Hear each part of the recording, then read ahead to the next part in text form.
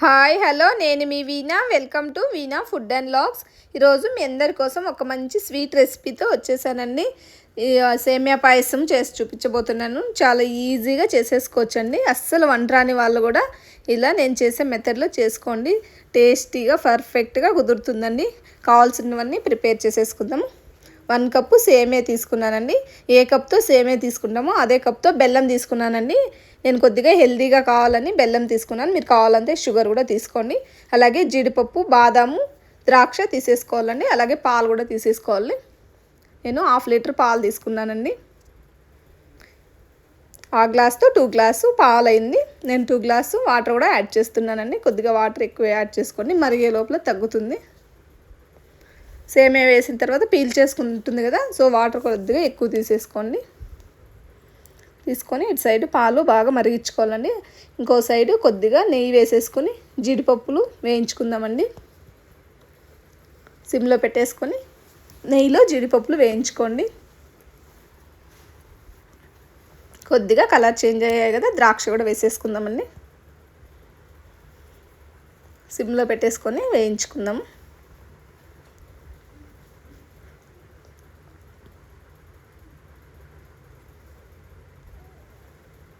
దేవుడికి నైవేద్యంగా కూడా పెట్టుకోవచ్చండి. ఇలా బెల్లం వేసుకుని చేసుకున్నామంటే మనకి ఎప్పుడు కావాలో అప్పుడు చాలా ఈజీగా ఫాస్ట్గా చేసేసుకోవచ్చండి.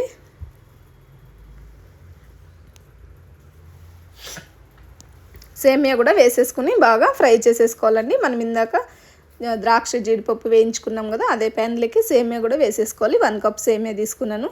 చూడండి, స్లోగా మంట అనేది తగ్గించుకుంటూ సేమియాని ఇలా మిక్స్ చేసుకుంటూ బాగా వేయించుకోవాలండి. చూడండి, ఇలా కలర్ చేంజ్ బాగా కావాలండి. పచ్చి పచ్చిగా ఉన్నప్పుడు సేమియా అనేది వేయించి పక్కన పెట్టుకున్నారంటే బంక వచ్చేస్తుందండి. అస్సలు బంక లేకుండా సేమియా చాలా బాగుంటుంది. ఒక ప్లేట్లోకి తీసేసుకుందామండి. వేగిపోయాయి కదా. తర్వాత బాదం పప్పులు, కొద్దిగా ఇలాచి తీసేసుకుని మిక్సీ పట్టేసుకున్నానండి. కొద్దిగా షుగర్ యాడ్ చేసేసుకొని మిక్సీ పట్టేసుకోండి. తర్వాత మరొక గిన్నెలో పాలు పెట్టాం కదా, చూడండి ఇలా మరిగించుకోవాలి. బాగా ఒక 2-3 పొంగులు వచ్చేలాగా మరిగించుకోవాలండి. చూడండి, ఇలా బాగా మరుగుతూ పైకి వచ్చినప్పుడు ఇలా గరిటెతో కలబెట్టామంటే బాగా తగ్గుతుంది కదండి. ఇలా చూడండి, నేను వీడియోలో చూపిస్తున్నాను. బాగా ఇలా పాలని మరిగించుకుంటేనే పాయసం అనేది టేస్ట్ బాగుంటుందండి.